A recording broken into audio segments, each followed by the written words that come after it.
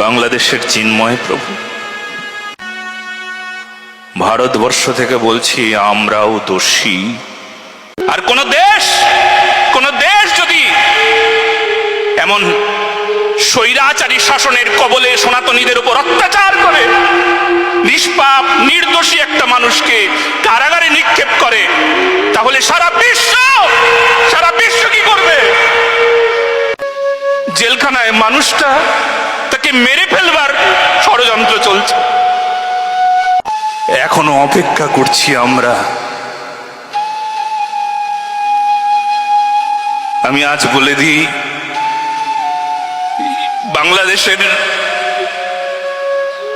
এনার যদি কিছু হলো, জেলখানায় ওনারা তো বলেই দেবে এই কারণে মরে গেল। যদি ওনার এই সংবাদটা হয়, তাহলে সারা বিশ্ব দায়ী থাকবে, সারা বিশ্ব দায়ী থাকবে, মানবাধিকার দায়ী থাকবে। সারা বিশ্বের সনাতনীরা আজকে এই করুণ পরিণতির জন্য আমরা একজোট নই, তাই আমাদের এই অবস্থা।